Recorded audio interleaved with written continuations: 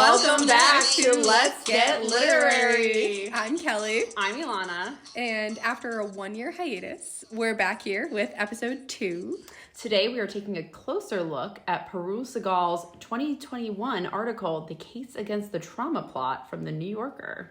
Specifically, we're looking at the question, how does this article inform our teaching as teachers, and more specifically, should it? Good question. Thinking about what this article's about, sort of arguing that there's this trope in literature now, focusing on trauma-centered plots, trauma-centered characters, reacting to traumas and the effects of it on their lives. And I think Segal is arguing it's to the detriment of literature. I would agree with that, absolutely. I think that she is very against this use of the trauma plot in literature, in modern TV shows. It seems to really be taking over everything. Yeah. And I guess today we were just going to start with talking about just reactions generally to Segal's article.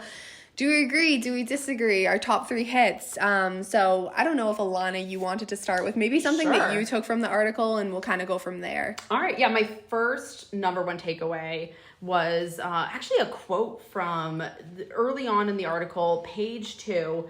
There's a quote in there that says, "In a world infatuated with victimhood, has trauma emerged as a passport to status, our red badge of courage?" And I immediately thought of our students, because they loud and proud wear their trauma as a badge of courage. They are excited to talk about it in class. Yeah. They informs their college essays, their class discussions. Yes, it does. Oh, the number of times I've had to find the nicest way possible to get them to take the trauma out of it without diminishing the trauma. That's the their issue. trauma. Yeah. That's the hard part, is you don't want to be like, sucks, but move on, because that's not healthy either.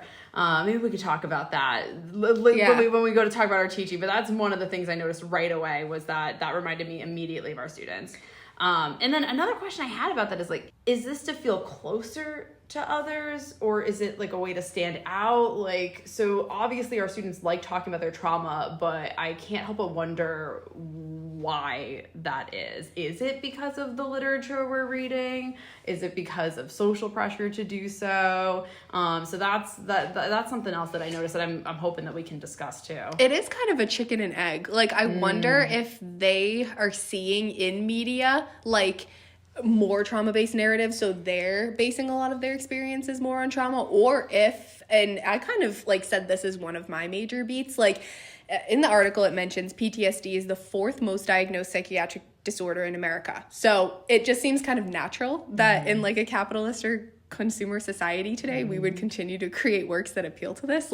At the end of the day, if it's relatable to students or to people and it sells, people are going to write about it, right? If it's selling, there's clearly an interest and a demand. We can question, is it deep or intellectual enough? That's a matter of opinion, but clearly it's resonating. There's a market, there's interest, it's selling. So are kids getting more into it because they want to, or because they're being influenced by the markets in place? I don't know if you Absolutely. I feel like there's definitely a market for TV shows, books that can be turned into trilogy movies. I've seen that more and more, is now people are writing with the understanding that it's going to turn, or hope that it's going to turn into a Netflix show or something like that.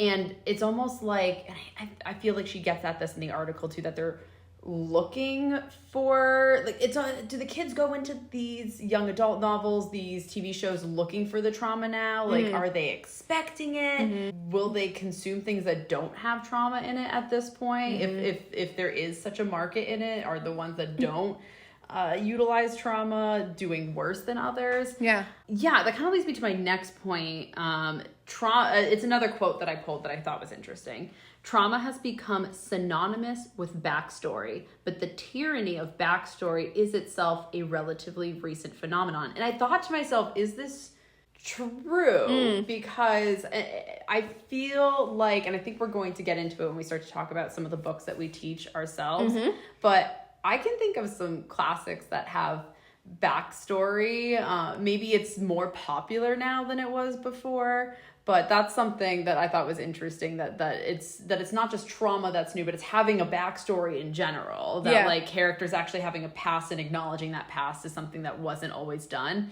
And then if it is true, assuming it's true, I also wonder why then, if is backstory important? What has changed in the last few years? Is it social media?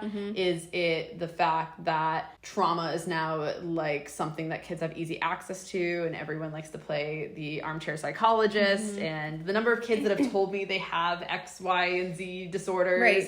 And I'm like, I don't have any paperwork for you on that. Is this real, or did you see something online? One of my beats is, as we're continuing to have more breakthroughs in mental health, it's more maybe socially acceptable and comfortable to be talking about and discussing this trauma. Or are people now just liberated? They want to talk about this, like to connect them to other people who feel similar.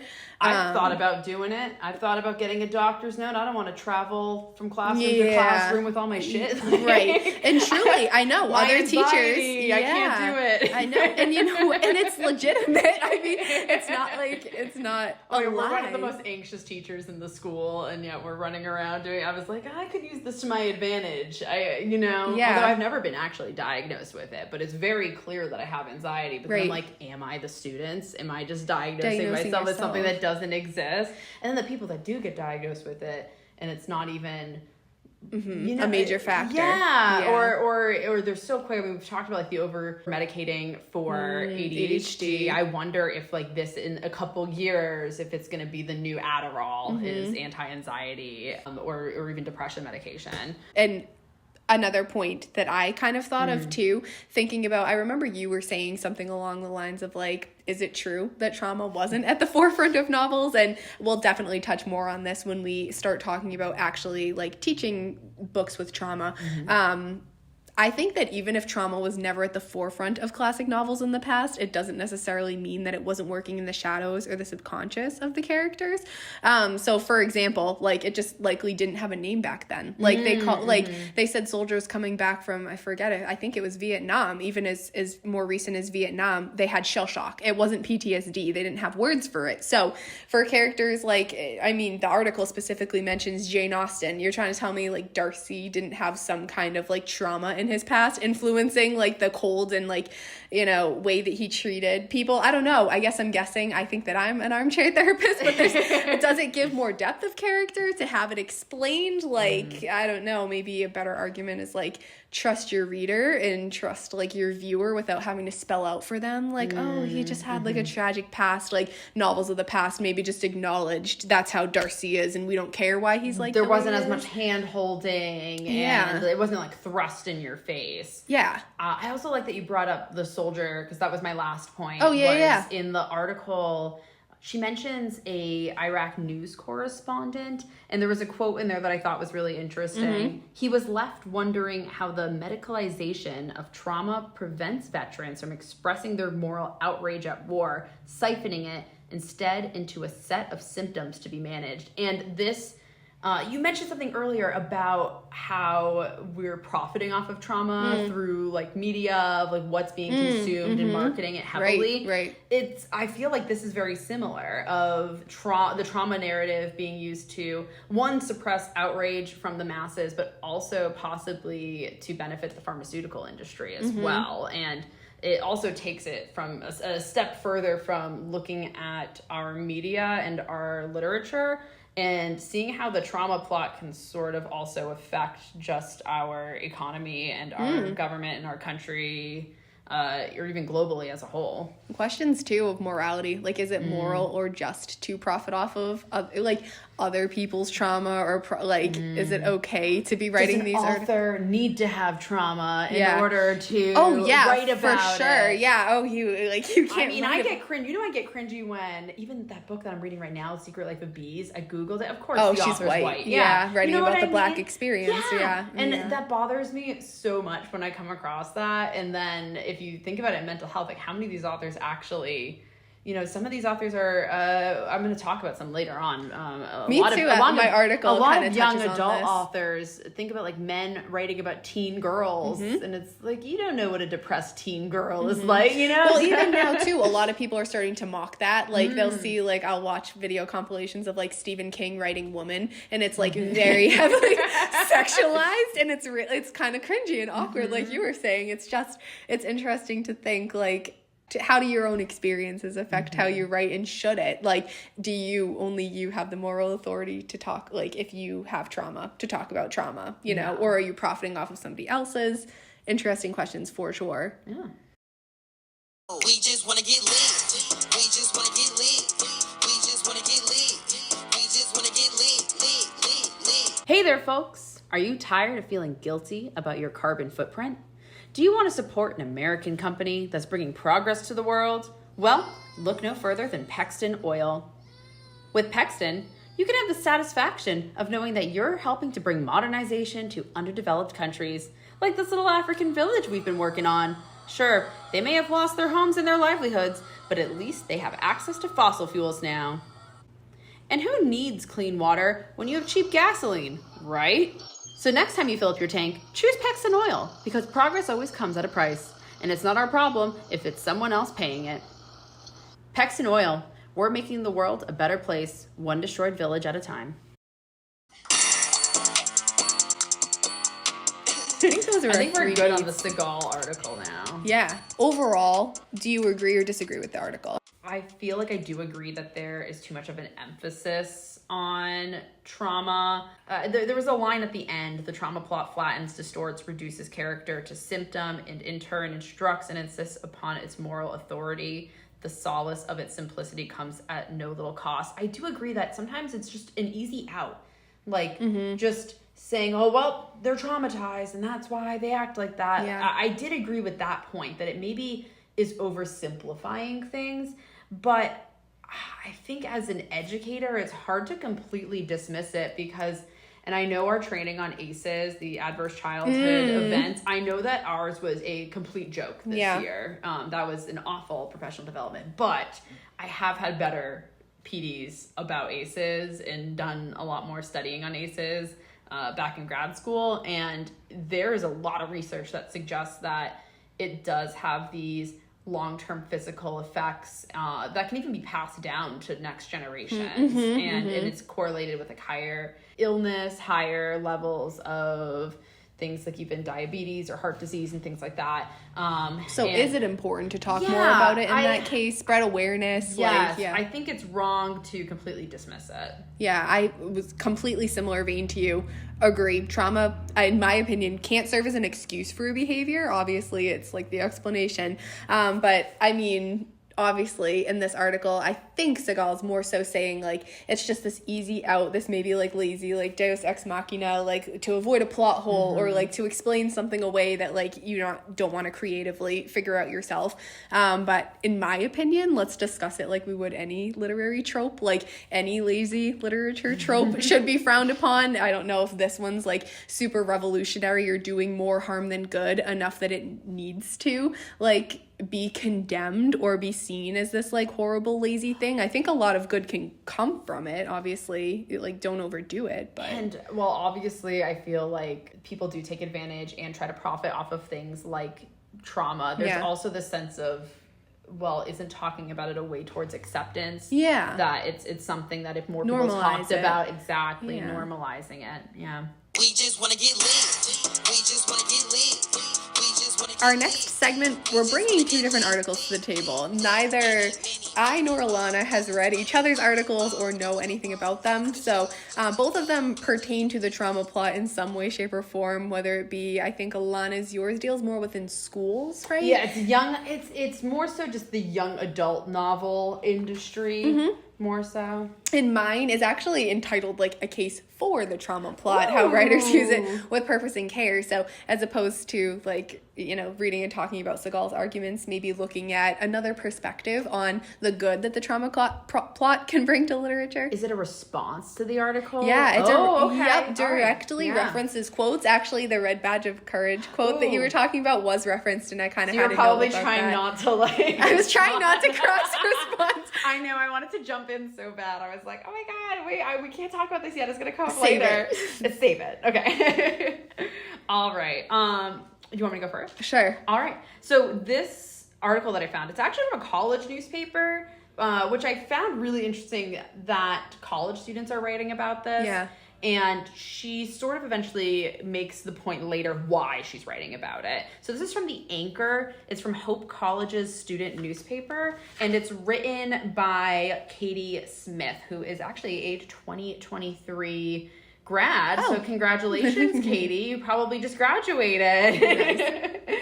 This article, I'm going to take us through it a little bit. Yeah. She starts the article actually pretty similar to Seagal's article with just defining trauma. And it starts off with some statistics that I thought were really interesting, where she says there was a 2013 study where an estimated 17.3% of college students have depression, 4.1% have panic disorder, and 7% have generalized anxiety, which felt very low to me. Agree. Right? I thought you were going to say high, and I was like, I disagree.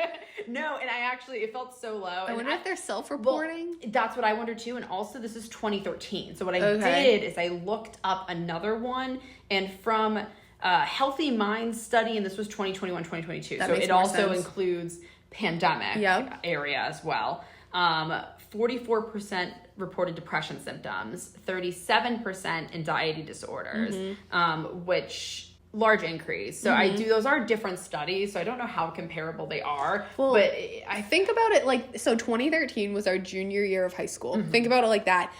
I personally clearly had depression and anxiety in high school. Would I ever have said that I did? No, because I just would have thought like, well, I can function, therefore I don't have, like, I wasn't informed enough about the disorders at like the young age of 17 to 18. Like I wasn't like, I wouldn't have identified with those labels until college, and I was probably worse than I was. Like I was worse in high school than I was in college, yet I'd still say I had anxiety throughout my entire life, but I don't think it was talked about, or like, you wouldn't give yourself that name or label. You know what? It probably wasn't diagnosed. No, and I think part of it is that you just don't have the language for it yet either, because in 2013 we probably didn't have the language as a society. No, I don't think so. And I didn't even realize what my like OCD based, the hair pulling disorder that I deal with, I didn't know what that was or what the name of it was until I came across a YouTube video of it. And so and I don't know if I ever would have figured it out or what would have happened until I found that. So you're absolutely right. I would not have used the word anxiety to describe myself, but looking back, I was a mess. It's clear. It's so clear. And so my question might be, is it good for our kids that they're growing up in a world now where they have words for this at as early as 13? Would it have given you comfort as a kid to know that other people struggle with trichotillomania? Like, would it have, would you have been able to recover quicker, do you think, or not as quick? That's interesting. You say representation matters in media, that's like a big push nowadays. Well, I guess my follow-up question is, would having literature about it matter at all? Because that's sort of what the article gets into. And maybe if I knew someone else who dealt with it, it would have been, someone in person might have actually had an effect. But if I'm reading just a book about it, perhaps, like, I don't know if it's a fictional character, I don't know how much I actually would have connected to that. But I don't know. It's a good question. I'm not sure what would have happened. Her central question is her asking herself, because so many college students struggle with mental illness and distress, are young adult novels equipping us with the right tools to confront trauma when it occurs in our own lives? Which I thought was interesting, because it's already putting the book, the novel, the story into this tool, and it's putting like a little bit of responsibility on the book as well. And it also kind of reminds me of the idea of like video games and violence, and how much responsibility people were putting on video games for the violent or not violent reactions of the kids playing those games. Yeah. And that was huge when I was in like middle school, high school. And so I wonder if talking about the trauma plot, are we putting too much responsibility on the books? Because I think later research showed that video games really had nothing to do with increased levels of violence or not, or at least not to the extent that it was suggested. So are we overanalyzing the trauma plot in literature and putting too much responsibility on these authors, which hopefully we can maybe talk a little bit more about as she gets into some of her examples. I actually have a quick round of Bay Path trivia for you. Oh my God. Which of the following books was removed and banned from the Bay Path curriculum? Easy. Are you going to give me options or can I just say it? No, Okay. no, you got to listen to my options. All three are going to be discussed in the article. Option A, The Fault in Our Stars. Option B, The Perks of Being a Wallflower. Option C, 13 Reasons Why. It is option B.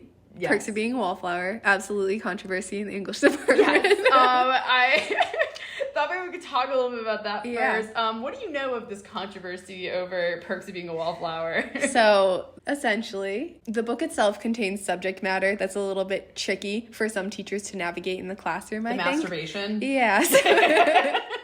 So, I think one teacher felt uncomfortable as a co-teacher of another teacher teaching the book that they had to witness those scenes, talk through those scenes with the kids. Well, did parents and kids complain? I forget. I do think there were parent complaints about the book. There must have been in order for anything to happen. Yeah. They don't listen to the teachers anyway, so Yes. it had to have been. Well, it was definitely, I think, a teacher, like, instigated, and they were like, we have gotten parent complaints about this book, like...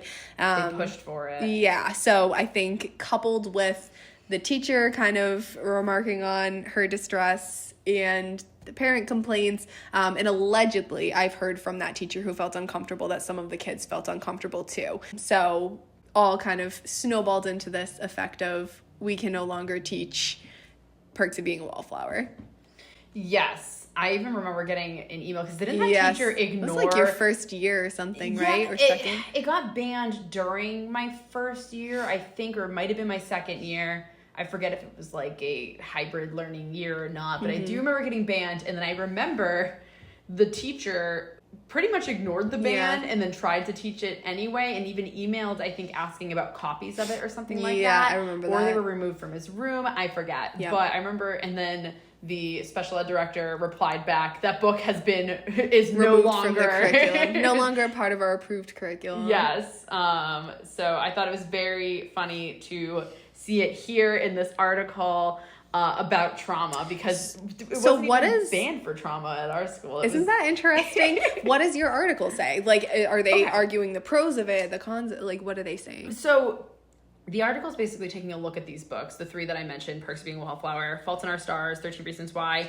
and looking at how each of them talks about trauma, and then gets into a discussion about whether or not authors have a responsibility to their young readers. So before it even gets into the ones that I mentioned, it actually mentions Harry Potter first. If I asked you where what? the trauma is in Harry Potter, what would you say? Well, his parents, right? So losing his parents and being raised by the Dursleys. Yeah, the article actually argues that there's a lack of trauma in Harry Potter. Not that they didn't experience trauma, but what they experienced was actually super traumatic, but it doesn't get acknowledged that was trauma. Maybe that would be what Parul Segal would argue is the best, That was my question. Yeah. Is this a negative thing? Yeah.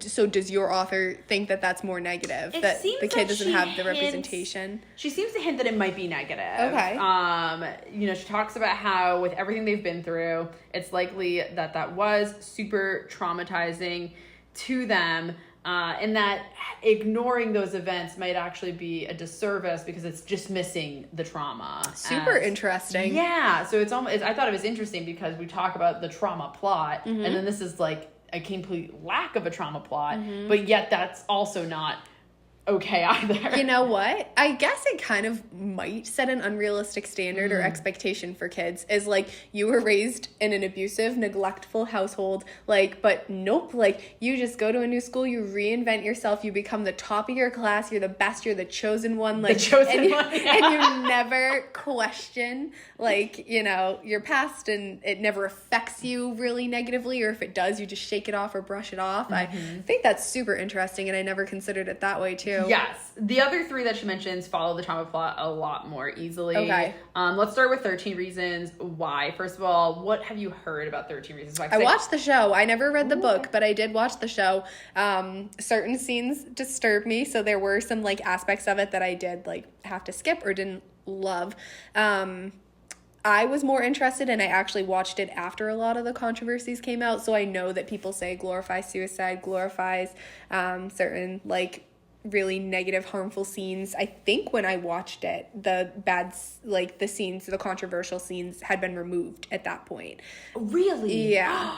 Wait, I think I remember this now. I honestly forgot about that. Yeah. That they removed They scenes. did, yeah. Yeah. The author points out that for 19 days after the release of the series, Google searches involving suicide increased by 19%. And the specific search for how to commit suicide increased by 26%.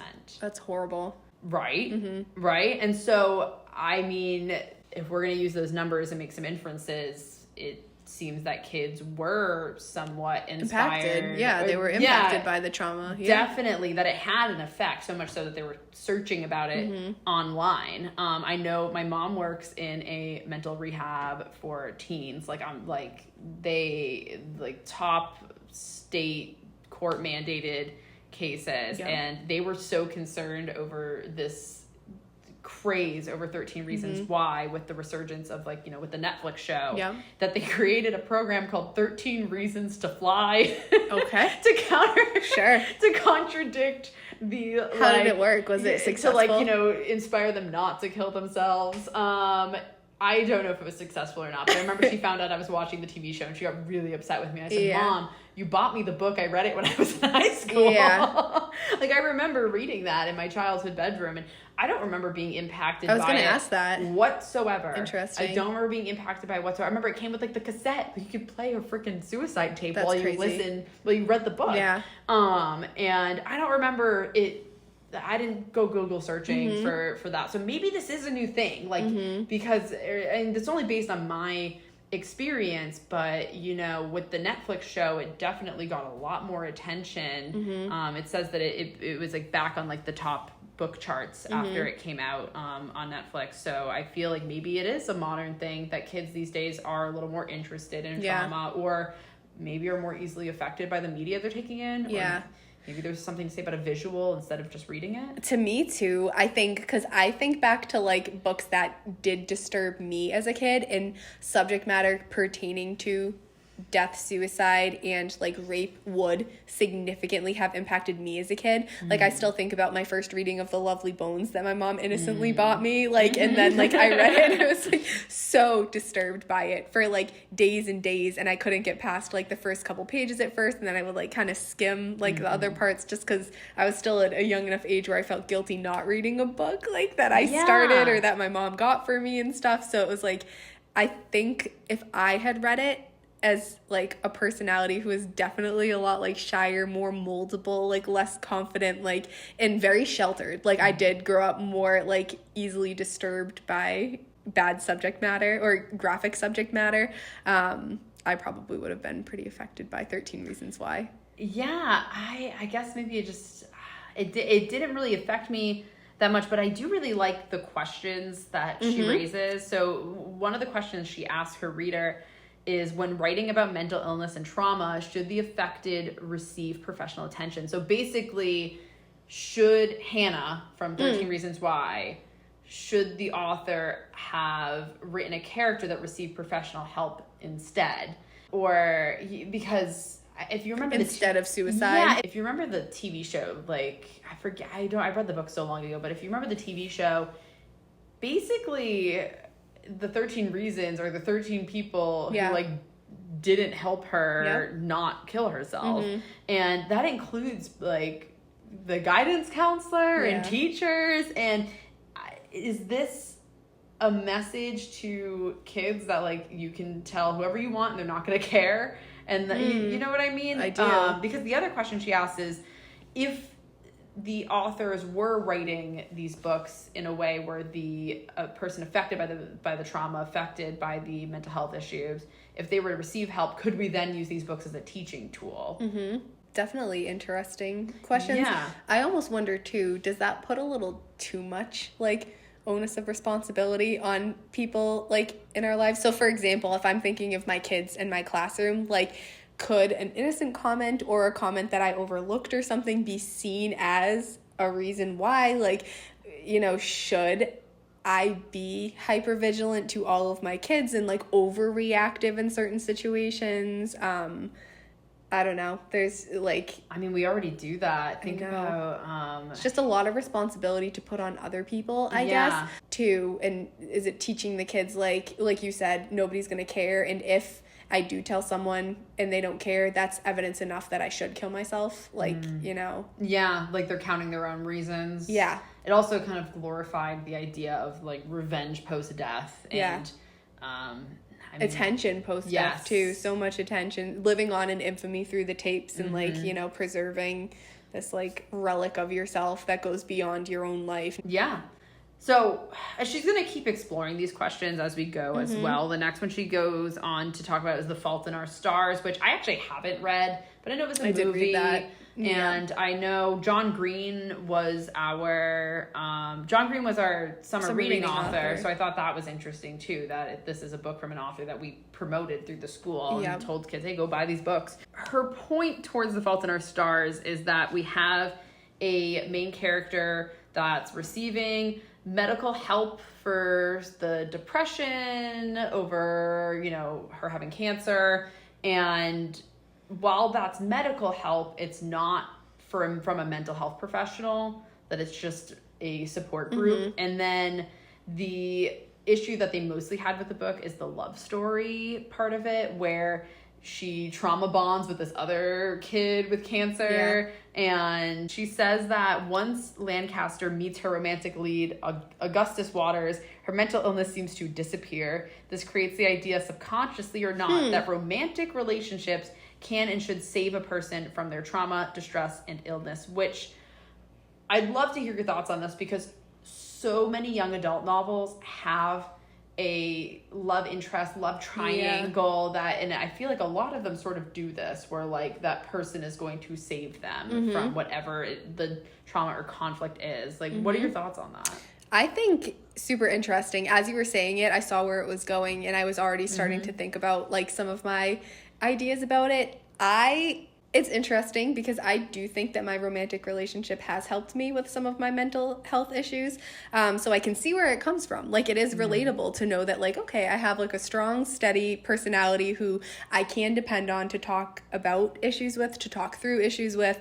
And I think it's given me a lot more like maybe confidence in myself, feeling better about myself, like feeling like there is a person who cares and is still going to love me regardless of it. So I do see where that plot line could be relatable. It also is super damaging to think that, like, and super toxic for some personalities to think like this is my entire like life here, like they're the only person who will love me and I need a person to fix me, versus like figuring out through yourself and like through, you know, therapy, especially in your teenage years. Yeah, I feel, well, I guess that's where it's dangerous, is that this is marketed as young adult literature as opposed to a more adult, like you're already pretty much fully formed and you're looking for like another half or like a balancer.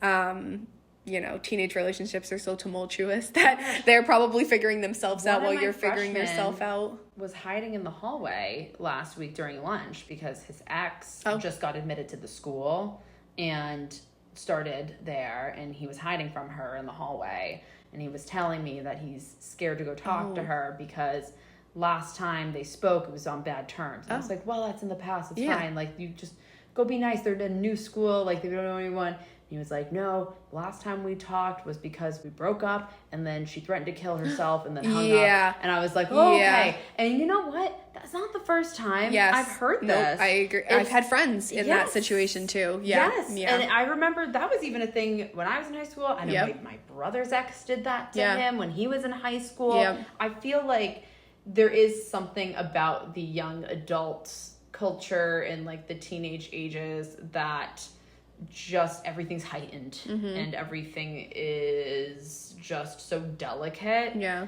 And, you know, I don't want to find- dismiss their feelings, Yeah. but at the same time, maybe, like you said, the marketing it to kids this age, that's maybe where the danger lies, is that they found a very emotional and sometimes easily manipulated audience that they can profit off of, kind of like we were talking about earlier. And I'll say too that your article did specifically kind of say that her mental health issues disappeared. I would in no way, shape, or form say that my mental health issues disappeared, but were certainly like mitigated, or just like at least I have a little bit more reassurance in my life than I maybe did like 5 or 10 years ago. But no, I completely agree that would I want my future children reading a book like that and thinking that they needed to rely on a man to fix their mental health? No. Would I like them to know that like good, solid relationships do exist with anyone, male or female, who you can lean on and rely on and trust? Yes. So I think there's definitely elements of both of that side. So there's maybe some good teaching tools in there as well. Like work with others. Like others can bring out the best in you. Yes, and that you're not alone and there are people that care, and by sharing those thoughts and feelings, like you can actually go through a healing process. The last one is the infamous one, The Perks of Being a Wallflower. Sure. And I haven't read this one either, but I did see the movie.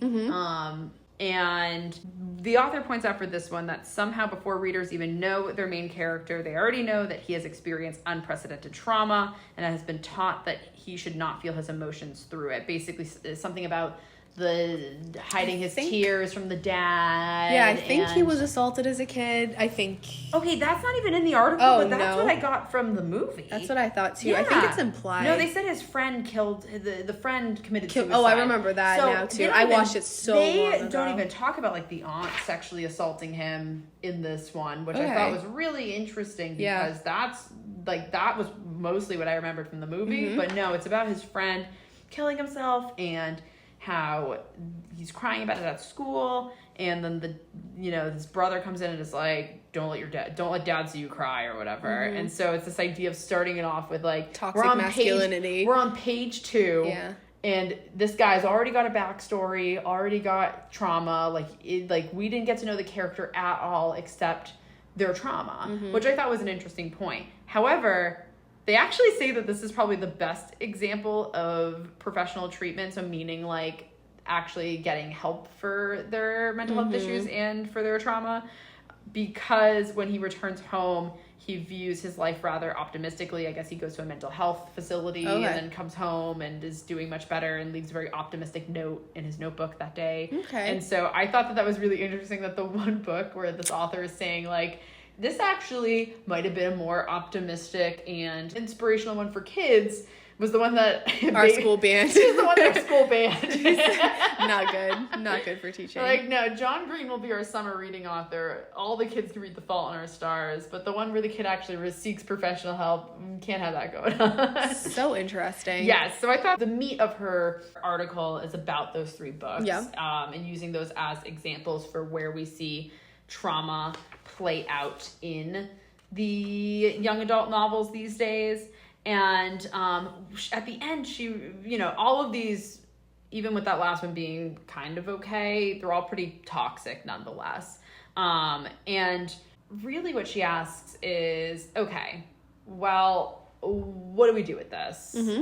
Do these authors have a responsibility to these young readers to write characters that process their trauma in a more productive way? Do they have a responsibility to not glorify suicide? What do you think? You know me. Freedom of speech and freedom of expression. If those are the experiences that you want to write about as an author, perhaps it's because you related to them. Should you be writing thinking of your audience? And actually, my article kind of argues yes when it comes to the trauma plot, to write and be mindful of the audience that you're writing to, because that will determine whether you're glorifying the trauma if you're writing to like a sensationalist audience versus those who actually relate to it. Those trauma-informed narratives write in a very different way. But is it my responsibility as an author to censor what I'm saying preemptively because one kid could mistakenly, or even several kids could mistakenly take what I'm trying to express and subconsciously process it in a different way? Like, you know what I mean? Because it's saying even subconsciously, like the kid could think that like their mental health struggles could be fixed by a man. Is it my responsibility to preemptively censor it? I want to say no. Would it make for a better population or society? Maybe. I don't know. I guess, what are your thoughts? Because they might be different from mine. It's tough because I wonder, because I'm thinking specifically of like 13 Reasons Why, since it gained so much media attention too for how triggering some of the material was. And I think the show even, like you said, they took scenes out, and I think they even had like a Netflix special where like the cast came on to like discuss I remember all that. of these things and almost kind of do an apology for it. I forget, I have to watch it again. But is the information too harming? Like, does it harm? And if it is statistically proven that thing that's being written about is harming a generation, I think I would argue, yes, keep it out of media. And that's why I'm thinking of this example, because this article brought up the Google searches, and I would love to ask this author if he has any regrets over writing the characters the way that they did. Yeah. But that's mostly what her article was about. And I thought that was an interesting way to, towards the end, kind of bring that up, that counter argument up, to say, oh, I don't owe you anything because I'm an author and that's what authors do. Or are we putting too much pressure on authors and now we're limiting what they're able to write about? It's like sometimes when I feel like I'm talking to the kids, I'm censoring myself while I talk because I'm worried I'm going to trigger them or that they're going to be either offended or upset with something I said. Well, it's so difficult too to know what is going to trigger certain kids, because even reading The Road, I would give before like the baby cannibal scene, I gave a trigger warning for that, and the kids were like, Miss Duquette, that wasn't even that bad. I was like, well, I don't know what to give warnings for, because then some kids were really influenced by the scene, and I didn't even think to mention it, of the dad showing the kid how to kill himself, and like he's like, you put the revolver in your mouth and you do this or whatever, do you understand me? And the kid was nodding. To me, that scene wasn't as jarring as like the baby cannibal scene. So to me, I don't even know what to preemptively censor. Imagine if this was the first time you're reading the book too, right now we're both reading books for the first time. And that's what I have to keep telling kids. I have a kid I just got an email and they're like, oh, their mom has cancer, like it's really aggressive, so just be wary of that kid in the classroom, like check in on them, ask questions. In this book, the kid has cancer, and I'm like, the kid's probably gonna die. So I went up to her and I said like, hey, like anything in this book, like I don't know what's coming either. I can guess maybe based on foreshadowing what's coming, but just know if you feel uncomfortable, talk to me about it.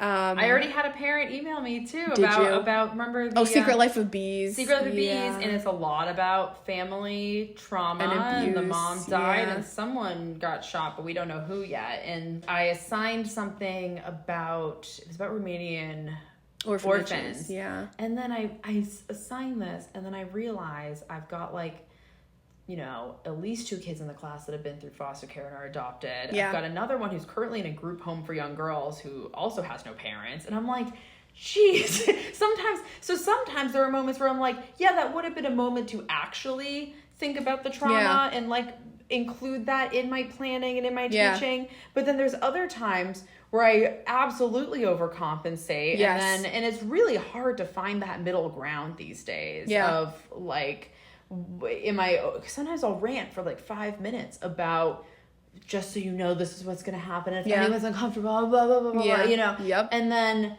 just for the kids to be like, what are you talking about? That wasn't even bad. Yeah, they tell me that all the time too. And then I'm like, oh, this is a cool child psychology article. And then I actually get kids emailing me or parents emailing me about how their kid is too triggered to do the homework assignment. Yeah. So it's a really tough line that we walk, but I think it's still good that we talk about it. And that's sort of how the author ends their article as well. She talks about, she's a college student. She talks about all the different majors on campus. These students have the possibility, meaning the college students have the possibility to become counselors, therapists, psychiatrists, editors, publishers, authors, and of course, educators. As a community, it's necessary to discuss this topic and treat it with the proper amount of attention it deserves, especially since so many of our future occupations deal directly with it, which resonated with me because we deal with it directly every day.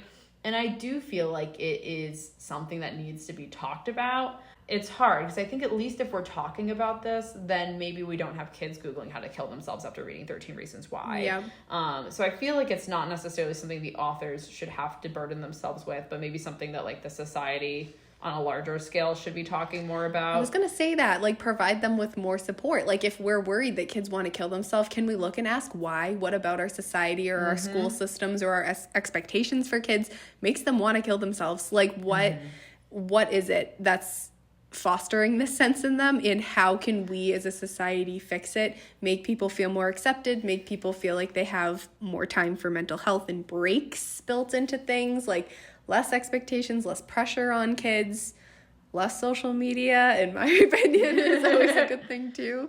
All right, well, that was my article.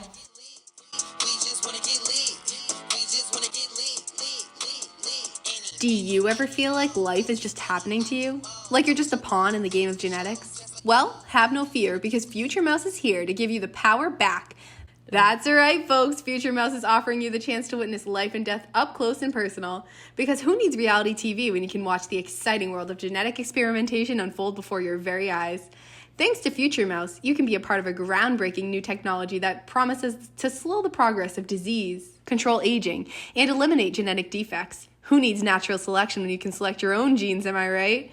Join us on this journey into a new phase of human history where we are the directors and arbitrators of our own fate. So come on down to Future Mouse and witness the magic of genetics. It's like Jurassic Park, but with mice. Future Mouse, because life is too short to leave it up to chance.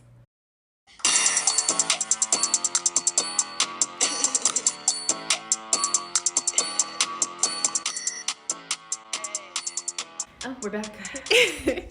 So my article is by Alicia Elliott for CBC Arts. I think it's kind of sort of like a blog post here. And it's entitled, "The Case for the Trauma Plot, How Writers Can Use It with Purpose and Care." It's been criticized as being used as a shortcut, she says in her article, but it can actually offer something essential. So actually criticizing some points in Segal's article, or even not criticizing them, but definitely respecting the validity of the things that Segal says while also offering a counter perspective. So to be clear too, Alicia Elliott is Native American.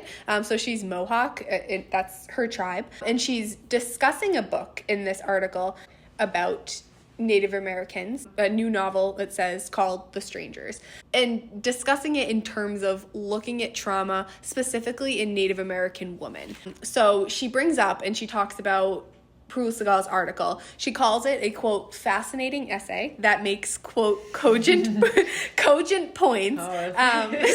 Feels a little yeah, diminishing. Yeah, but she didn't love it, clearly. Cute essay. Yeah, it was fascinating. It really raised some eyebrows. But from Alicia's perspective, she kind of offered her counterpoint of like the descriptions in Segal's articles seem to focus on the individual. It says, separating its characters from their fuller history, community, or contexts. So essentially, she kind of argues that there's different types of victimhood almost, and to undercut the trauma of marginalized groups is where her point kind of gets, is a disservice to those marginalized groups. So at the heart of the article, essentially, it kind of is arguing the big thesis. On the other hand, it says victimhood is not seen as virtuous to those within marginalized groups. So we say, sure, like our certain students in the classroom can have this victimhood, can feel this sense of trauma, and it's like comfortable to them and it's a way to connect with others. But other groups, their traumas are discounted and seen as like, you know, oh, like you need to get over that, or like, oh, you like Black Americans or Native Americans is kind of what she was focusing on, is like they have undergone as a society so much trauma that's being discounted as society and being like, nope, you can't talk about that anymore. Like it's already done and over with, move on from it. Like you don't have these barriers. Like as the society's at a level playing field, it's not affecting you anymore. We solved racism, guys. Yeah. You know, when you brought up the idea that some people, especially some minorities, are kind of being dismissed, and that the Segal article was a little like dismissive of like cultural or specific experience of the individual. It made me think about how, like, let's say we're reading a book and there's a Black character, you're immediately assuming that you're almost assuming trauma in some ways. Like, you're assuming the way that they have to go about the world and deal with racism and racial inequality. Yep. Same with, the fact that this is a Native American author. I immediately thought genocide. Right. And I know that's not, you don't want to immediately associate somebody with their trauma, but I feel like so much of what we know about the minority experience is so focused on the traumatic aspect that you can't help but assume the trauma before you've even read their story. And I don't really know how much of that is a negative or I don't necessarily want to say it's a positive, but I don't know whether that's a negative or not. But I did sort of got my gears turning about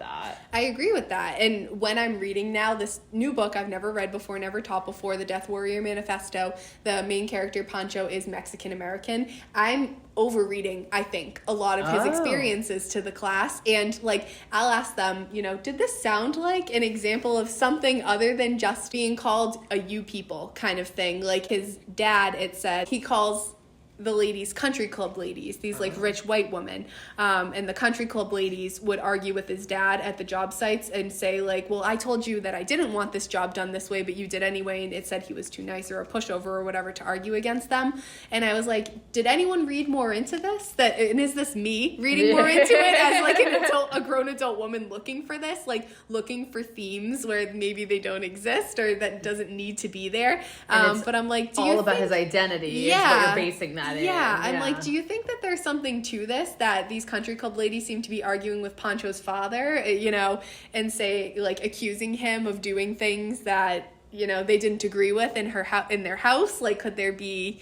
something more there, and the kids don't see it that way as much? Should they? I don't know. Am I reading too much into it? Am I looking for a trauma where it doesn't exist? I don't know. Maybe. I wonder if we're being conditioned to do that. It's funny that the kids weren't looking for it, but maybe when it comes to like social injustices, they're like a little less quick to see it, because I know I sometimes have to like walk them through the process of like analyzing that when it is explicitly about social injustice, when I know I'm not reading too much into it, and it still takes them a little while to get there. Another point this brings up, which is something that I wanted to talk about with you, and I think we briefly mentioned at one point, is the difference between like trauma porn and what she calls like trauma-informed narratives, is how she calls. So the author of my article calls like the good ones, the well-done ones, trauma-informed narratives versus the glorification of like something like 13 Reasons Why would fall more into the trauma porn category. I guess, what do you think the difference is? Is it just glorification? Is it just having to do with like the author brings it back to like one's perceived audience, like what audience are you writing for? But where do you see a line? I feel like it all has to do with the audience. Like I know, so like trauma porn, it reminds me of like talking about like disability porn, which basically is like, it's like, it has to do with like this idea of like inspiration of, like, look at this person, they're in a wheelchair, but they're doing life. You know what I mean? And it makes us feel good that we're watching someone overcome like an obstacle, but that's they don't exist for our pleasure. Like this person doesn't exist for us to marvel at, to gain inspiration from. Like they have a right to exist as just a person living their life. It's like the question of profiting off of the trauma. I feel like it really depends, because we have kids in class that are like, yep, look over here, process my trauma, feel things about it, like actively asking for attention for it. Whereas instead of us reading into it and maybe assuming things about that kid, it's like when we it's like the difference between the kids that openly talk about it in class and then the kids who guidance told us about it, but the kid hasn't said a thing about it, and we're assuming things. Like, it's even the example I gave you where that parent emailed me. That kid is very open about their trauma in class. It's constantly making connections to their experience in the foster care system.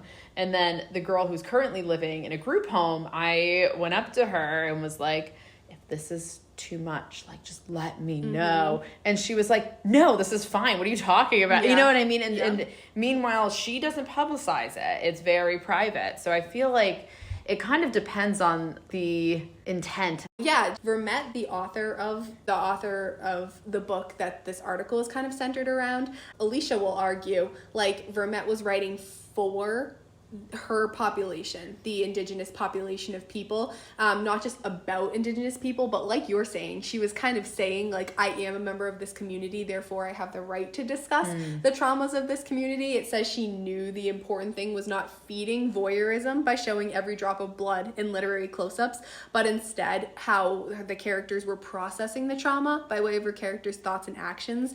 She said she spirals around the trauma in the book, so she, like, touches on it and then goes around it, or, like, doesn't specifically speak to these incidents because she's worried about triggering her audience and glorifying. So she's really going about it. She's being very aware and cautious with the way that she deals with the trauma in the book, which that's very interesting to me, because we were just talking about books where the author doesn't really seem to have, you know, written them with the audience reaction in mind. It was mostly just to have a captivating story.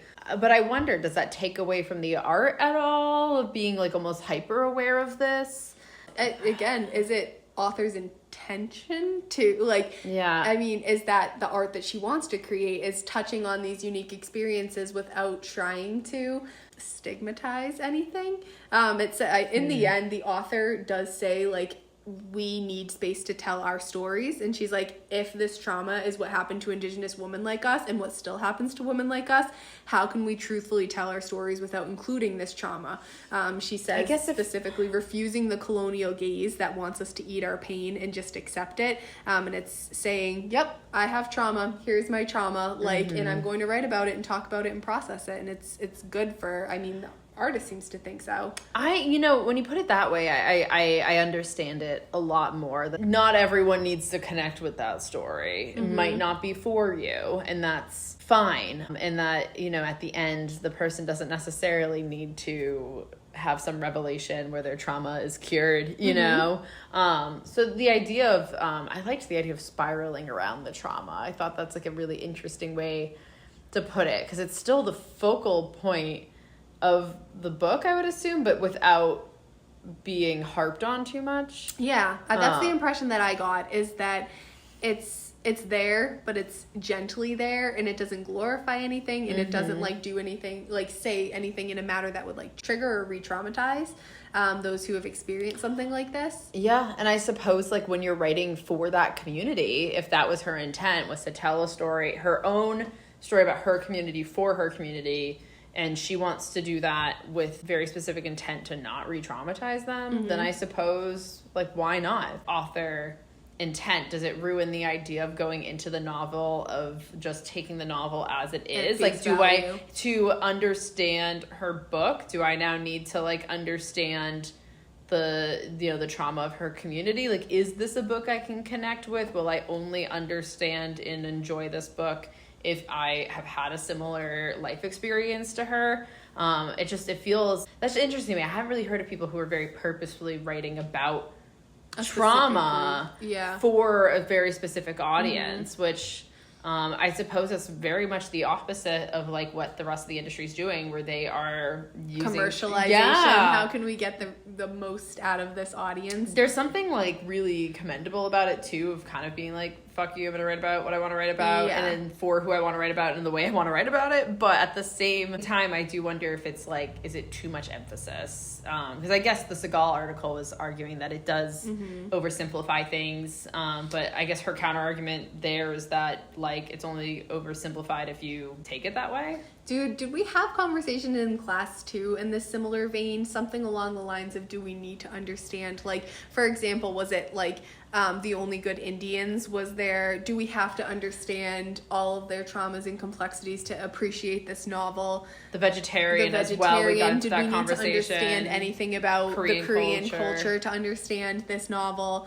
By Night in Chile, I think we would need to understand some aspects of it, but how much to fully appreciate that text? I'm asking the wrong person. Don't talk to me about that book. But, yeah, and you know what? I would say the argument, my answer to that would be no, because I got something out of the vegetarian. Even like the God of But- Small Things, I didn't know anything about No. Indians. I'll be the first one to say I didn't know anything about the Indian caste system and hierarchies in society there. But I mean, I didn't love the book, but I got something from it, and I understood some new things about the histories and societies and social conditions at play. A quote too that kind of addresses the question of separating the artist from like the audience. It literally says, if an artist has to worry about its, quote, pesky audience and has actual obligations and responsibilities to that audience, then that might impede on individual artistic freedom. This is censorship. This is fascist. Artists must be allowed to create whatever they want, whatever the results, etc., etc. Kind of talking about... Oh, yeah, that's exactly what we were getting at earlier about, like, will this destroy, like, artistic integrity and artistic endeavors? Like, are we going to, like, keep society from progressing if we're constantly criticizing the product that's being put out there and, like, putting this responsibility to their audience on them? Is that a new phenomenon, too? Like, we were talking about how, like, the trauma plot's new, even, like, character background in general is kind of a newer thing. Like, is putting responsibility on, like, the writer or the artist, is that a new thing? Like, did we always hold people accountable for what they were writing? I'm not like I'm not a literary historian, so I'm not great with that. It probably depends on the groups. Because I'm trying to remember, like, in my African-American literature course, people would protest, I think, novels that had to do with, like, African-American traumas and, like, negative experiences that they had, and saying, like, oh, it's, like, teaching them that there's, like, that they have trauma and it holds them back and blah, blah, blah. Like, I feel like I remember different African-American writers from different eras, like, either appealing to that common idea or, like, dismantling that idea. There's the idea to, like, I don't know why the first thing I thought of too was like Jonathan Swift's A Modest Proposal, like proposing eating babies. It's satire, obviously. So I guess people get like upset maybe over the content, but I wonder if we've ever been like, you can't publish this. Shouldn't yeah, publish this. you're gonna like, I guess like maybe there's been people who are like, you're gonna corrupt minds, you know, write about like gay characters and stuff. They're like, you're gonna turn the kids gay, you know. So I suppose there's been like a little bit of responsibility put on authors, but I feel like maybe just because trauma is a much newer subject to be openly discussed, maybe like we just haven't put responsibility on them to discuss trauma yet, but that I guess naturally would come with the territory. That quote really does kind of hit back to what we were talking about earlier. So it talks about in the article too, the quote, enshrinement of testimony in all of its glory, elevated trauma as a form of moral defect to a source of moral authority, even a kind of expertise. So this is something that I think we were talking about of the students feeling like, oh, instead of like my trauma being a detriment to me, it's actually a really cool thing that I can like talk about and parade and champion around and need to wear as my red badge of courage. That's kind of exactly where in the article it was talking about that quote that I had mentioned earlier.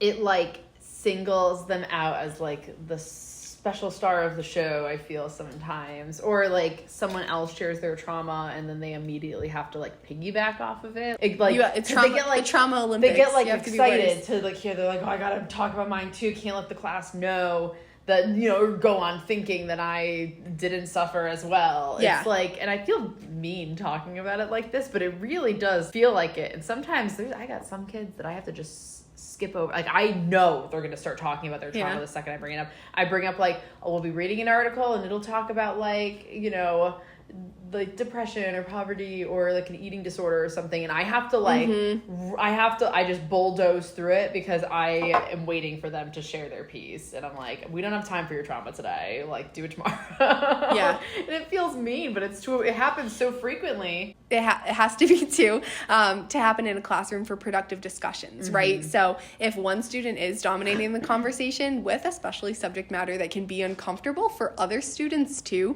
to have to hear, like, or repetitive for some students to have to hear, I think it is important to kind of censor certain conversations. Yeah, some of them don't really have a filter, and you have to kind of like mediate the social situations, and you're like, the rest of the class is going to find this weird and awkward, so we're going to move on. Yes, exactly. It's going to go right over some of their heads.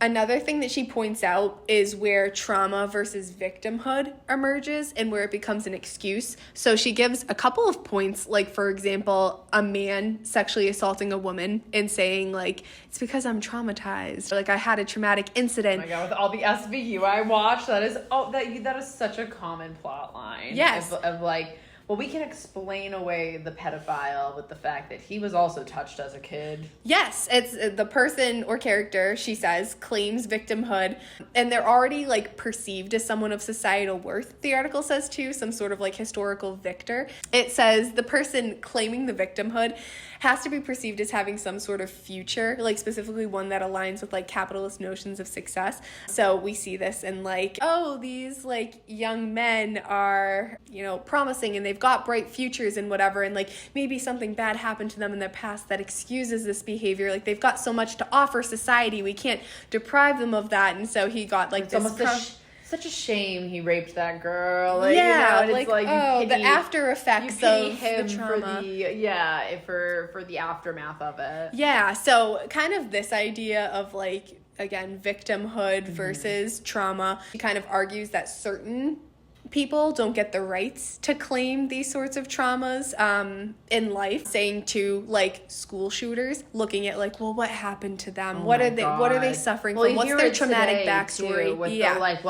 We have a mental health crisis in America. And saying, I think we have a gun crisis, but, you know, we can keep going ahead and sympathizing with the person that just slaughtered, like, 12 children. That's fine. Let's just keep doing that. Exactly. It's like, what is it? Like, a history of bullying is the reason why this happened. Or they say, like, There's gotta oh, be your something. parents' treatment. Yeah, there's something. They always ask the parent. They always, Yeah. and then they always ask a neighbor, and the neighbor says, they seemed so nice. I never thought that he would murder his entire family. Like, Yeah. you know what I mean? Yeah. It's like, the same shit over and over again. The last of the article, too, the kind of final thoughts that the author has, in my own words, yes, there's trauma in these things, like, but there's also love and hope at the heart of it. That's what the words she kind of kept explaining were the ideas of like love and hope in trauma, which seems like dichotomous. Like, how can something so like beautiful exist in something harmful or horrible? And kind of this idea of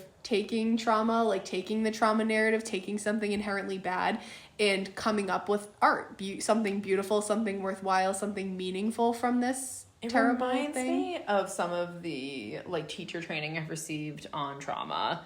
Because I remember watching a documentary, I think it was called, we watched two, there's Paper Tigers, and then there was one called Resilience, I believe, and it was about childhood trauma and basically the question of like, okay, we know this exists and we know the effects of it. What do we do now? Yeah. And I think it's really important to ask that, because same thing with literature, if we wallow in the trauma, well, what is there to gain from that? And when we learned about childhood trauma in grad school, I remember learning that the number one thing that can reverse the effects of adverse childhood events, reverse the ACEs, is having at least one stable adult figure in their life. And so I do think it's really interesting that even while we're learning about all these really depressing things that these kids go through and how trauma can negatively affect someone and even their future generations of offspring, at least we are also discussing, okay, here's a solution, here is a, you know, we're offering you something. Yeah. And so I feel like if we are going to put any responsibility on authors, it's maybe to not be boring. I mean, I feel like you almost naturally have to like involve something like love and hope to balance it out. Otherwise, you know, you have a one-dimensional novel if it's just trauma. Even with the Segal article kind of references this. Yeah. It said something along the lines of like trauma is the beginning or something, and now we're watching like the middle and end or something like that. Like what comes of the trauma, like how has the trauma developed them as a character, and why is that a motivating factor for them? So maybe reframing our understanding of stories. Yeah. And I feel like, I mean, as high school teachers, do we need to teach the kids how to do that reframing? I guess that's what I wonder, because will they hyper-focus on the trauma and just say, well, this is why this character's like this, it's the trauma? Or, you know, do we need to include in our teaching, like, okay, well, how do we handle this? What do we do with this now? We just want to get lit.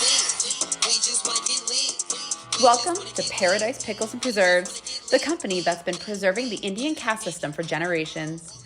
Our pickles may seem like ordinary condiments, but they are so much more. With each jar, you get a little taste of the hierarchy and discrimination. At Paradise Pickles and Preserves, we believe in tradition and keeping things the way they have always been. So why not embrace the caste system with every bite? Order now and taste the oppression. So I guess, why does it matter, right? Now we're kind of starting to talk about in schools, how does this inform our teaching? Should it inform our teaching? I think, obviously, I love Poe. I'm thinking some of the Poe novels, the characters are traumatized. Some of the Poe short stories, the characters are traumatized. Roderick in The Fall of the House of Usher, he's got issues. The narrator from The Telltale Heart, he's got issues. We have a name for it now. I don't know if it's the awareness that gives it more of a spotlight. Maybe it's cheap to kind of talk about it, but it is what it is, right? Like, is it different? Like, can we still teach these novels just because it doesn't have the word trauma in it? It's the same ideas. It reminds me of a lot of educators' take on AI right now. Yeah. It's here. It exists, and you either learn to work with it or, I guess, suffer because it's not going anywhere. And I think the same can be said for the trauma plot. It's here, it profits, it's not going anywhere so long as it profits and so long as it interests our students. Yeah. And so if the students, they want to talk about it, and don't we always want them to be an active, engaged participant in class? Some of our best conversations, some of our best classes are when they get to talk about trauma. Yeah. Because they find it relatable and they want to talk about it. Yep. So to try to exclude it from the classroom or ignore it, I don't think is a option, at least not if you want to have like a productive class. So I don't know. I guess, the way I see it, there's not really a choice. Like, should we talk about it? I don't know, but I think we have to, is really what it comes down to. I don't necessarily think it's to the detriment of the kids either. Oh, okay. Like, you know what I mean? Disagree no, with me. and no, I don't disagree with you. I don't think it's necessarily such a bad thing to talk about these things with the kids. I think that they see it as, like you said, something relatable, something worth talking about, something that makes the subject matter real. So I don't know. And something that I was thinking too, and maybe you can like speak to this as well, is the difference between like some of the classical texts. Because I think Perul Segal would like argue that classic texts didn't touch on the trauma stuff as much or have the traumatic backstory. But here's my thing. Yeah. Is I was like, sure, but I think it's because the classical stories actually depict the traumatic incident that came before the after effects. Now the novels say the after. So for example, Romeo and Juliet, those two characters are living through their traumas for our audience to see, right? They literally, they've got, families that are keeping them from their loved ones. Somebody dies, another person dies, like trauma on top of trauma. Odysseus leaves home, goes to war 10 years, loses his family. On his way home, his entire crew is killed in front of his very eyes. Like Oedipus Rex, he's living through those traumatic incidents live in front of the audience's eyes. Modern texts maybe dive into the repercussions of this trauma. It just seems like maybe the focus of novels are different nowadays. A lot of novels today will also use it almost like a mystery, because it is, like you were saying, it's not something we're watching live on stage, but something, we're watching the aftermath of it. And it's almost like that aftermath is posed as a question, like, why are they like this? Or, we know something happened, but we don't know quite what, but and then eventually we find out something traumatic and it explains away some of the issues. And maybe it's this idea that we just love a mystery. I mean, the kids also love true crime. You know, I think they like investigating and they like being a much more like active role in their reading and like having a question to answer and like keeping it keeps them engaged. And we, as humans, are social creatures. Yes. We care about each other. We want to know what's going on in each other's lives. We're nosy. I think it's very natural to be driven by those questions and want to relate to the characters, want to know more about them, want to know how they tick. Yeah. We love serial killers these days. Yeah. What went on in their life? What went on in their heads? Why are they like this, Yeah. It's almost taboo in a way to discuss something like trauma, because I think for so long it was something that doesn't get talked about. Pushed think under about the rug, swept under the rug. People are like, my grandpa doesn't talk about his war stories, and it's like, and then people are like, well, it's rude to ask because that was traumatic, and it's like, well, yeah. So for a long time we've treated trauma like a dirty secret, and now kids are really excited about it because they're like, oh, we get to talk about it now. So true. So I feel like we were kind of at we were sort of riding that wave where we were reading books about trauma, but we weren't really so many of those books we discussed earlier were from our like teen years. So it's almost like we were kind of like, we were getting hooked on these books that used trauma, you know, to interest us, but we didn't know how to talk about it yet. Yeah. And now the kids won't stop talking about Yeah. it. And so It's like any social issue, I think. It like always sways really heavily one way and then kind of evens itself out as the society catches up. Like you talk about it a lot at first because it's new and it's novel and it's like whatever. And then eventually it gets, it's commonplace and it's not as sensational. It's like you said, not as taboo. And I think that must be an element of it. It's like this was something that was never talked about, hush hush behind closed doors, sweep it under the rug, and now we have permission to talk about it. Yes. I almost wonder if this will get to a point where it's been overdone. Where I think that's what Prul Segal would argue, is that it's already reached the point where it's overdone. But are they still making money off of it? Because it's going to because it's going to keep audiences going. don't care anymore. And that was kind of where it came down to for me. I was like, you know, obviously it's relatable, it's working for someone, there's audiences there who care about it. If it's not doing any horrible moral injustice or social wrong, like if we can't statistically prove it's harming someone, what's the harm in letting this trope play out? Yes. And I feel like as educators, I do feel like, well, I don't think authors have a responsibility necessarily to their readers. I do think as educators, we have a bit of a responsibility to our students, because while authors are sort of creating an art and they can say, like John Green said, this is fiction, you shouldn't try to gain any truths through this. We signed up to educate the youth. And you might argue the same for them since they're young adult authors, but, you know, people can buy or not buy those books. They can read the back cover and decide if this is something for them or not. These kids are at school. They all need to go to school. They all need to be part of the education system. So really, I feel like we do owe something to them to kind of guide them through reading stories about trauma. Do you think we as educators would benefit more from PDs about how to teach trauma? No, because that last one sucked. I guess that one wasn't I would necessarily, say they were educating us that kids have mental health issues, which we already knew.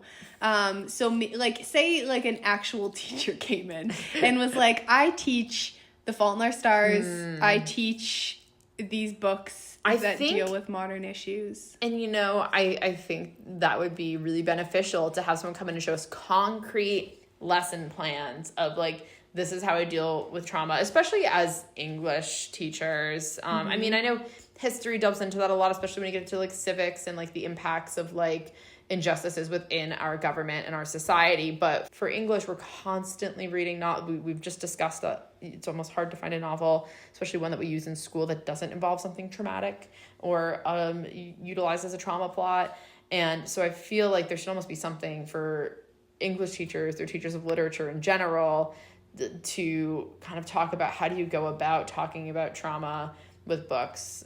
How do we avoid censorship while also being mindful of the students and their experiences, and making sure that everyone can have access to the curriculum and participate and feel like safe in their environment. It's probably just a matter of balance in the curriculum too. Like I think I had said earlier something about like The Great Gatsby, how like you know James Gatz had trauma, changes his name to Jay Gatsby, needs to like rewrite his past, like he's still like haunted by his past of like losing Daisy and yada yada. Like that's trauma from the 1920s. Like, and so, you know, if this was written in 2020, would the trauma of his be more emphasized, or would Parul Segal say this did not fall into the trauma plot category? Are there any books that don't? I mean, The Scarlet Letter, she's haunted by her past mistakes. Is that considered trauma? Is that affecting her mentally? Like, I don't know. It just seems like for us to think of it as a new phenomenon is a little unfair. And it has been maybe something that we've taught before and a lot,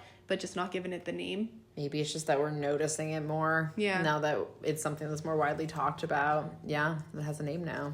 A lot to think about. Definitely a lot to think about. I think we've got some good sound bites. I think we do too. All right. Well, this has been a great episode. I really enjoyed talking about this, and I'm sure we'll continue to talk about this in our teaching like we do almost every day. Yeah.